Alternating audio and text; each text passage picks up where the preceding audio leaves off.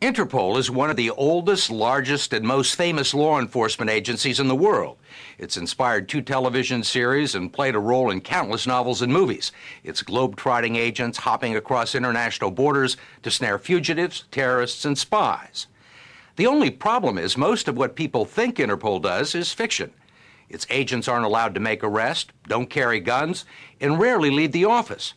Their real job is behind the scenes, collecting and disseminating information to law enforcement agencies all over the world.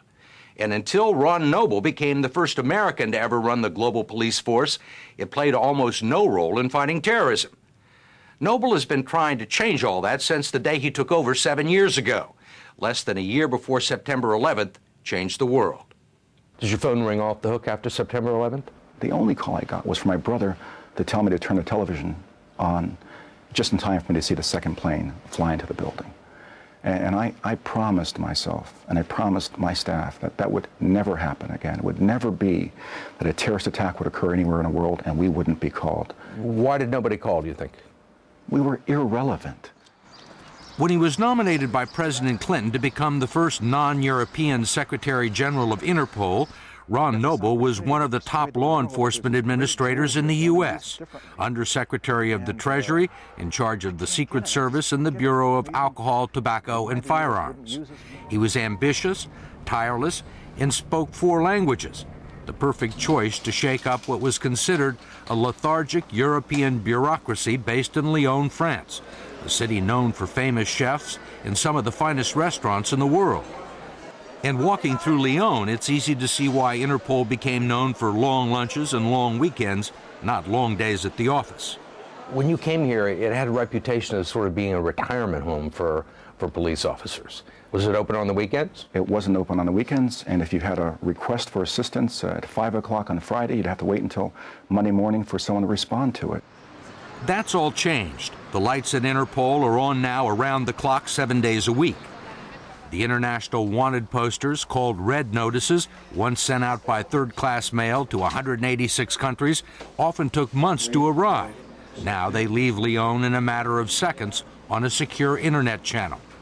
And the Morse code tower used into the 1980s has been replaced by a state-of-the-art police communication system that allows countries instant access to a global database of fingerprints, mugshots, DNA samples, and stolen travel documents. This is what he looks like, it's his fingerprints, everything you need to know about him. Its mission is to give operational support to police departments around the world by exchanging intelligence, tracking fugitives, and providing language and legal assistance in fighting crimes that cross international borders.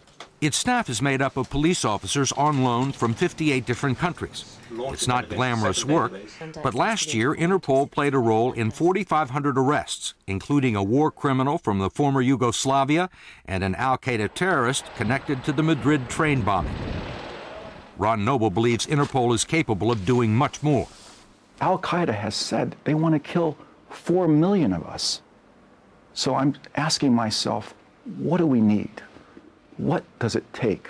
What will it take for governments to say, you know what, forget the past. If Interpol didn't exist today, we'd invent it. How would we invent it? How creative would we be? Noble says the world has changed drastically over the past decade, and along with it, the nature of international crime. It used to be that if someone committed a crime in Chicago, they stayed in Chicago, or at least in the United States. Today, they can get on a plane and commit the same crime in a number of different countries before anyone even notices. In fact, they don't even have to get on a plane. Someone with a computer in Lagos, Nigeria, can drain a bank account in London without even leaving his house. The internet is policeable. It's policeable in the classical sense of the word, and we should be doing that. Mick Moran is a 15-year veteran of the Garda, the Irish National Police. He joined Interpol last year to investigate international sex crimes against children. He tries to identify the country where the actual crime is taking place, and then he passes on the information to the appropriate jurisdiction for further investigation. People call them child pornography, but that's a bad thing to call them because it's actually a picture of a crime scene. And as an investigator, I examine the crime scene. Looking for anything? Looking for anything that might give me a clue as to what country this comes from. So that's what cyber cops do. You're a cyber cop? We're cyber cops, yeah. Without a doubt, we're cyber cops. And one of the most horrific cyber crimes. These sex abusers They use the internet and they turn it into a shadowland. What do you mean a shadowland? What do you mean? Shadowlands, it's the dark side of the internet. Because the internet, don't forget, and a lot of people forget this, the internet simply reflects society. It simply reflects the world that we live in. And that world has good and that world has evil. The smallest clues can lead Moran to a location. In one case, this yellow band on a can of Pringles potato chips linked the abuse to England and Ireland, where it was sold only briefly. We look at wall plugs, we look at keyboards, we look at cans of Coca-Cola in the back. What's the language on the can of Coca-Cola? When police in Canada confiscated horrific images of infants being sexually abused, they had no idea where the crime had actually taken place. So they sent the pictures to Moran at Interpol. One of his colleagues noticed that a computer keyboard in one picture had Spanish punctuation marks. So they forwarded the pictures to Madrid, where another officer noticed some printing on a towel that helped break the case. What does it mean to me? It means very little to me. But to a police officer from the north of Madrid, when he sees that, he sees immediately La Paz Hospital. And he knows that this towel is from the La Paz Hospital. So there's a good clue as well.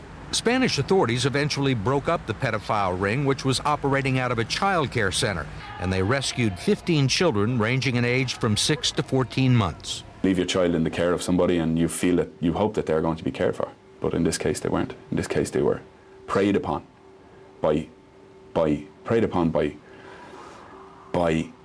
sex-abusing criminals. This case presented a different challenge. Pedophiles sometimes hide their identity by digitally distorting their face, like this man, who posted pictures of himself having sex with young boys in Southeast Asia. Moran worked with a German colleague who devised a program to reverse the process, which he showed us for the first time. That's what he did. He simply swirled the picture. And what our colleague in Germany did was he simply swirled it back. And the result, you will agree, is fantastic.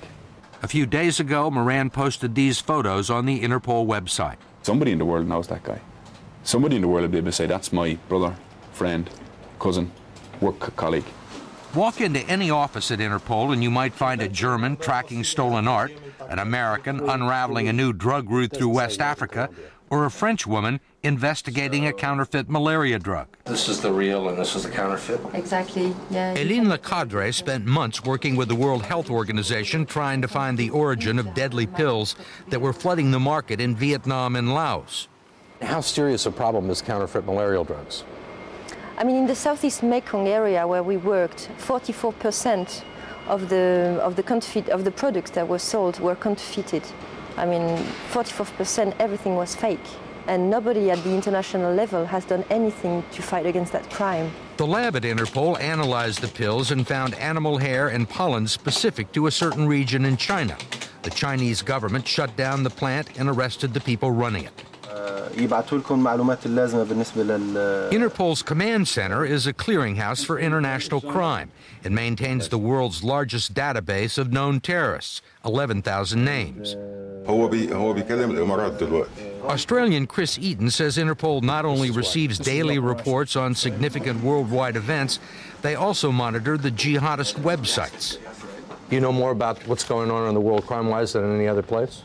Well, I would think so. I mean, we've got 187 countries telling us what's happening. I don't think there are too many organisations with that sort of spread. Can I see this? Certainly.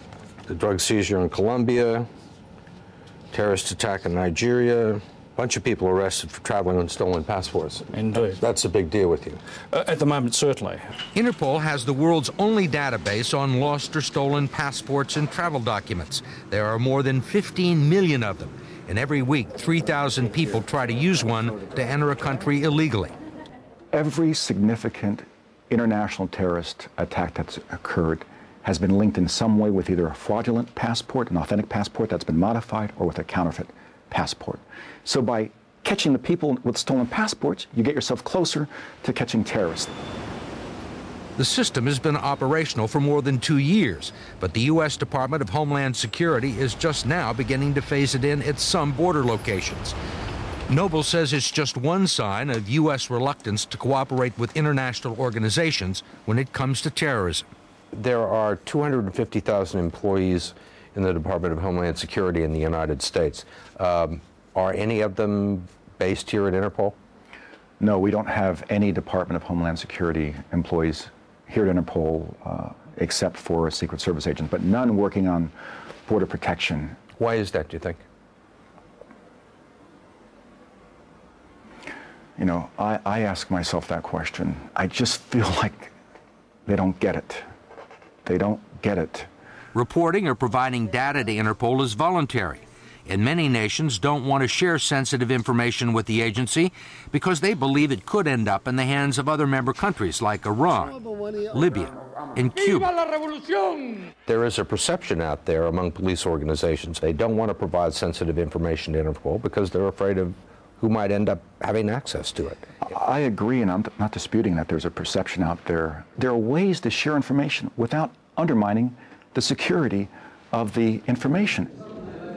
Security isn't the only reason countries don't cooperate with Interpol. Sometimes they're just embarrassed. Last year, when 23 people escaped from a prison in Yemen, including the mastermind of the al-Qaeda attack on the USS Cole, Interpol found out about it by monitoring Arab television.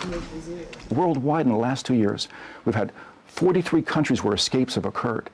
And zero of those countries notified Interpol, that can't happen. That shouldn't happen. People wouldn't believe it's happening, but it's happening. Not only is Interpol underutilized, Noble says, it is also hopelessly underfunded. The U.S. contributes $5.5 million to the organization's $50 million budget, a pittance compared to big city police departments. NYPD, $3 billion a year. FBI, $6 billion a year. DHS, $42 billion a year. Interpol is about $50 million, about the same amount that the Los Angeles Galaxy is paying for David Beckham to play football. That's what the world's contributing to Interpol to keep the citizens of the world safer than they otherwise would be. Noble is not looking for a few $1 million.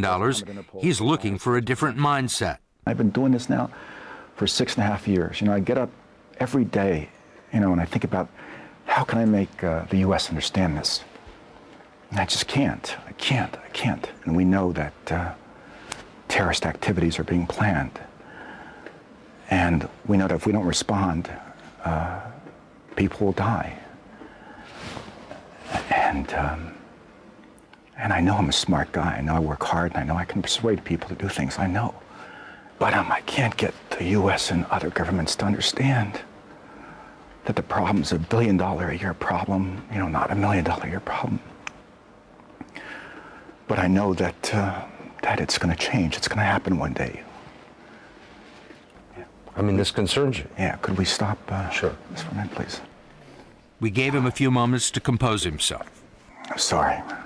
What was it that triggered that? I keep thinking about September 11th and all the other terrorist attacks, and I'm saying, I'm seeing the mistakes that are being made every day. And I think about, you know, one of these days, it's going to happen again. I've got to be able to persuade people before it happens so that... You're obviously very wrapped up in this. Yeah. Noble acknowledged that he may be working too hard and traveling too much. He also has some health issues that have added to the stress. Last year, in a confidential letter to member nations, Noble informed them that he had developed a benign tumor near his brain, which has caused some hearing problems. I realize I'm mortal and I'm not invincible. And I feel an urgency to communicate what I want to communicate. My neck is out there with this interview. And after this interview, I'll go back to working like I do every other day. But I'll know that there's nothing that I held back